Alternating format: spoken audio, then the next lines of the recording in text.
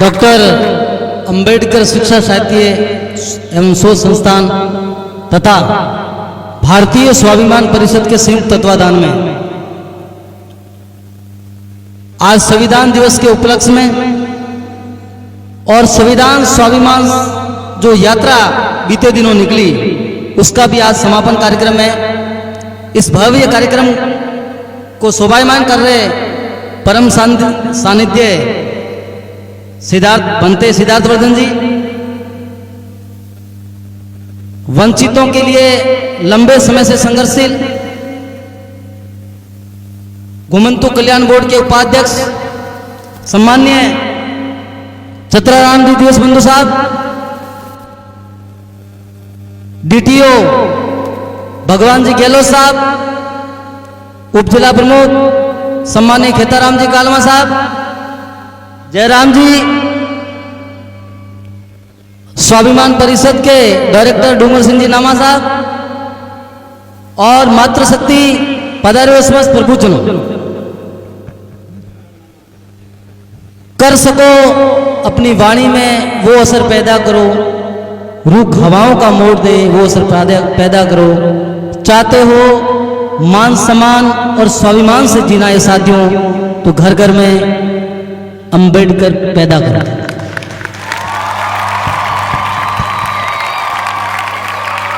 आज हम constitution day संविधान दिवस मनाने जा रहे हैं। ये संविधान दिवस और संविधान के पूरे नजर डालनी होगी। क्या जरूरत पड़ी? मैं बीते दिनों की कुछ बात करूंगा, बीते समय की, बीते कालांतर की। इस देश के अंदर आज जिस तरीके से संविधान इस देश के अंदर लागू है उसी तरीके से इस देश के अंदर बहुत बड़ी संहिता जिसको मनुस्मृति कहा गया है वो इस देश के अंदर लागू थी और आज भी उस मनुस्मृति का साया हमारे लोगों के जहन में, दिमाग में समाया हुआ है। बात हम जब संविधान की करते हैं तो समता, स्वतंत्रता, बंधुत्व, न्याय ये मूल्य उभर कर सामने आते हैं। बात हम जब मनुस्मृति का करते हैं तो एक आदमी को आदमी के ने तिरस्कार से देखा, एक इंसान ने इंसान को नीचे देखा, एक इंसान ने इंसान का तिरस्कार किया, उसका नाम है मनुस्मृति। साथियों, जिन लोगों ने इस वंचित कौम को 2500 सालों से गुलाम रखा, गुलामी के भी दो तरीके होते हैं। गुलामी अगर राजनीतिक गुलामी होती है, आपको पता होना चाहिए कि अंग्रेज इस भारत में आए, ज्यादा से ज्यादा उन्होंने 200 साल तक राज किया, ये वो राजनीतिक गुलामी थी। लेकिन आपको जो गुलाम करने वाले लोग हैं उनका दिमाग बहुत सातिर है। उन्होंने सोचा अगर इनको राजनीतिक गुलाम बनाया तो कुछ समय के लिए ये आजाद हो जाएंगे, तो उन्होंने आपको 2500 सालों से दिमाग की पंगु बना दिया, मानसिक गुलाम बना दिया। आज हमारा ये आदमी हमारे आदमी के खिलाफ होता है, हम लोग आपस में लड़ते हैं।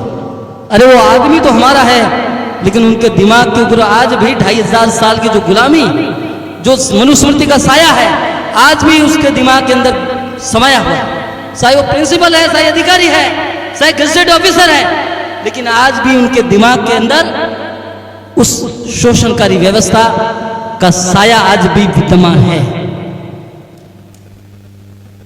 ये कोई 1-2 दिन की गुलामी नहीं थी, 2500 सालों की।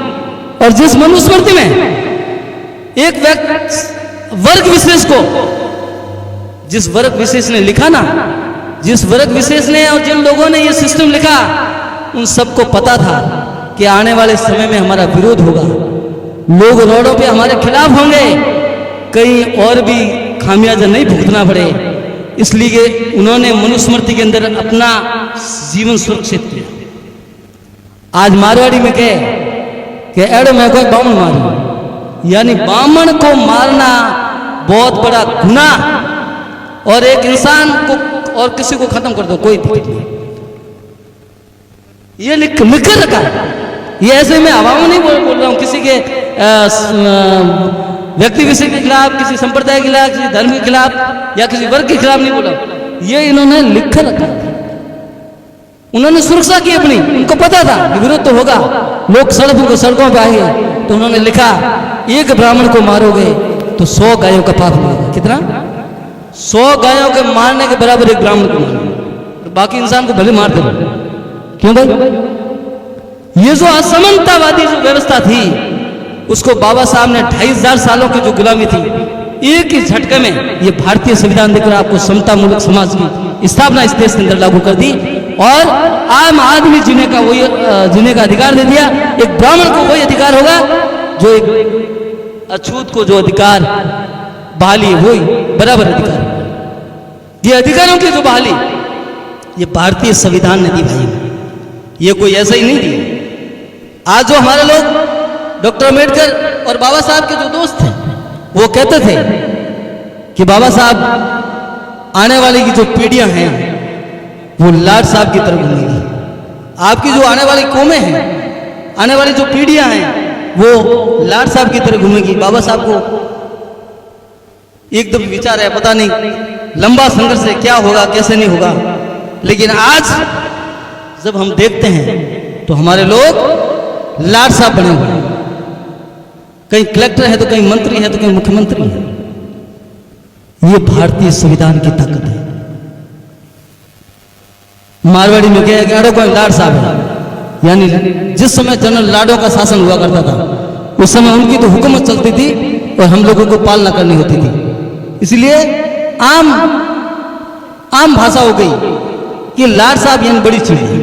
तो हमारे संविधान ने आपको लाड साहब बना दिया, लाड साहब बना दिया।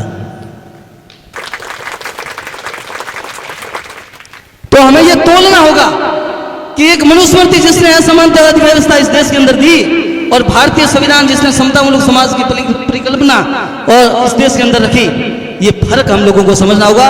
हमारे समाज के लोगों को बताना होगा, हमारे समुदाय के लोगों को बताना होगा, हमारी मातृशक्ति को बताना होगा। और महिलाओं को अधिकार नहीं था भाई साहब। मनुस्मृति में जो महिलाओं के खिलाफ क्या लिखा है वो मैं यहां मंच पर नहीं बोल सकती। आप कभी रीड कर लेना, पढ़ लेना।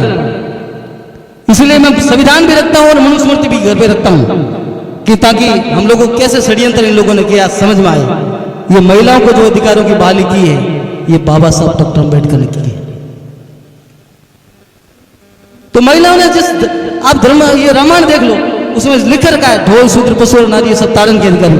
तुलसीकृत रामायण तुलसीदास जी ने लिखा, ये आपका धर्म ग्रंथ हो गया, पढ़ लो, आपकी गुलामी की पढ़ लो और क्या। इसीलिए मेरा सभी बंधुओं से निवेदन, समय बहुत कम है, आप भारतीय संविधान को पढ़ें।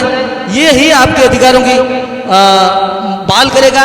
और बोलने का जो अधिकार अभी नामा साहब बता रहे थे, भारतीय संविधान के आर्टिकल 19 में आपको आर्टिकल बनाकर बाबा साहब ने डाला कि बोलने का भी अधिकार। इसका मतलब है देश आजाद होने से पहले इस देश के अंदर बोलने का अधिकार नहीं था और आर्टिकल बना के बाबा साहब ने डाला कि इस वंचित कौम को भी बोलने का अधिकार होगा। सभी साथियों को जय भीम, जय संविधान, जय जोहार।